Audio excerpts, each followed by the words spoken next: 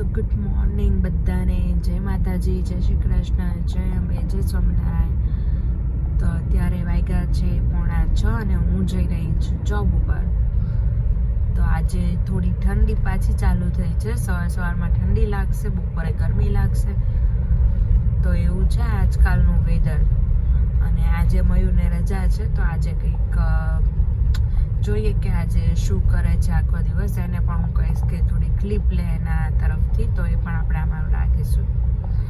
અને બસ આજે ગુરુવાર છે, તો બસ હવે 2 દિવસ બાકી છે વીકેન્ડના. ચલો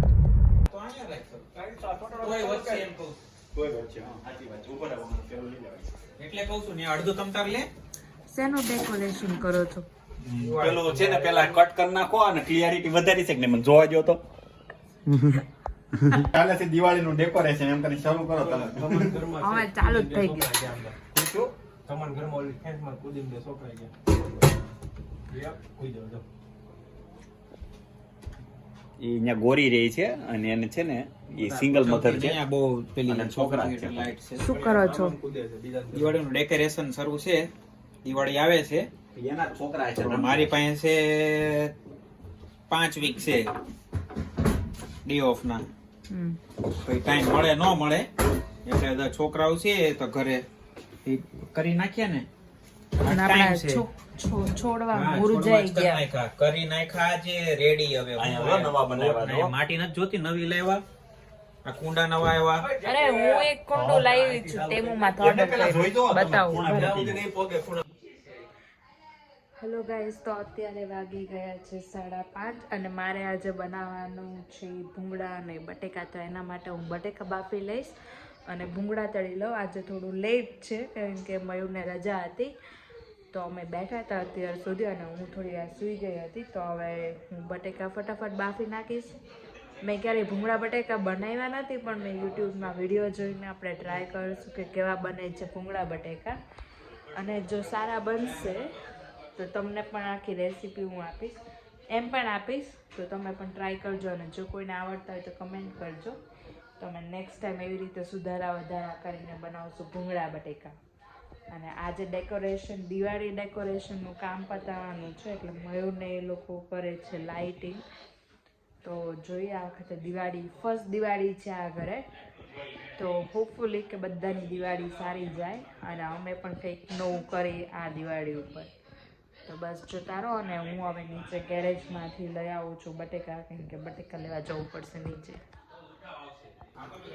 તો બટેકા નોર્મલી નાની બટેકી હોય બટેકા ભૂંગળામાં, પણ મારી પાસે એવી નથી, તો હું મોટા જ બટેકા બાફી નાખીશ. તો બસ હવે એને છાલ ઉતારીને બાફવા મૂકી દો. અને કાલના પફમાં બહુ મસ્ત બન્યા હતા. તો ચલો પહેલાં બટેકા બાફવા મૂકી દો ને પછી ભૂંગળા તળી નાખીશ. કલરફુલ ભૂંગળા ચમકરા જો મસ્ત.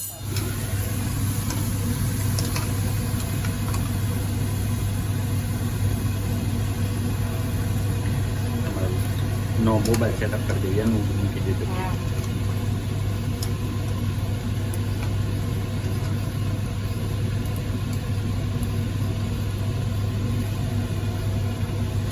તો ઓલરેડી કોથળી ભરી દીધી.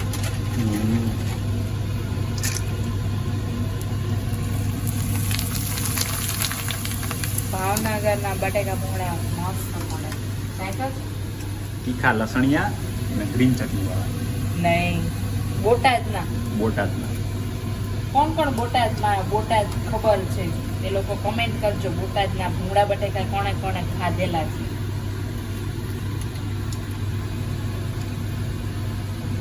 અમે અમરેલી વાળા તો નહીં ખાતા હોય લગભગ. તમે અમરેલી વાળા ખાધા જ નહીં હોય બા?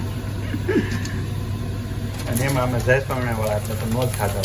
એમ તો કહું છું. અમરેલીમાં ઓલા લોકો રહે કેવા, ઓલા કપડાં પહેરે ખબર છે? કેવા કપડાં પહેરે? નવરાત્રીમાં અલગ જ ગરબા હોય એ લોકોના. ના, એ પોરબંદર સાઈડ ના મેર લોકો અને એ લોકો હોય ને, એ લોકો એવા કરે.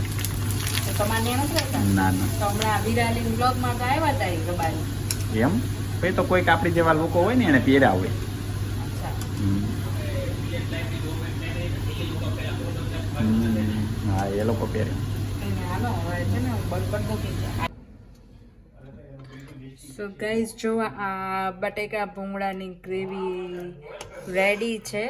તો હવે હું આમાં બધા મસાલા કરી દઈશ. આ ગ્રેવી મેં બનાવી છે લસણ, લીલા મરચાં, મેં અડધું ટામેટું, કેપ્સિકમ લાલ મરચું, પછી મેં નાખ્યું છે કાશ્મીરી લાલ મરચું, તીખું લાલ મરચું, આદું, અને બસ એને ક્રશ કરી નાખ્યું છે પાણી નાખીને. અને હું હવે આ ગ્રેવીને પ્રોપર તળવા મતલબ શેકવા દઈશ. કેમ કે જો કાચી રહેશે ને તો પછી આદુ પેલા લસણની સ્મેલ આવશે. એટલે પછી જો આ મસ્ત ગ્રેવી તૈયાર થઈ ગઈ છે. હવે હું એને ચડવા દઈશ અને હું આમાં નાખી દઈશ સેજ મીઠું અને થોડુંક એવી ગળપણ જો કોઈને ખાવું હોય તો એના માટે તમે એડ કરી શકો છો આંબલીની ચટણી, જે હું છેલ્લે નાખીશ કેમ કે મયુરને સ્પાઇસી ખાવું છે એટલે. તો ચલો હું બનાવી નાખું.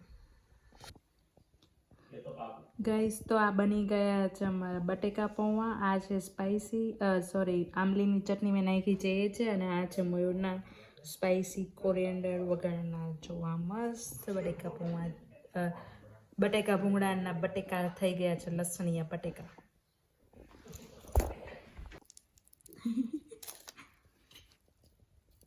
ચિકન ટેસ્ટ કરવા ટેસ્ટ તો કરીએ. કેસરી સફેદ ને લીલા સાથે આપણે કરીશું મિત્રો.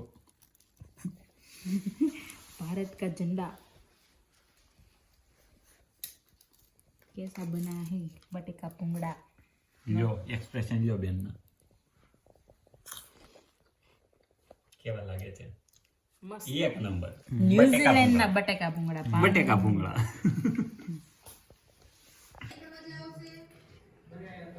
પાંચ ભૂંગળા મોકલાવો મારા વાલા.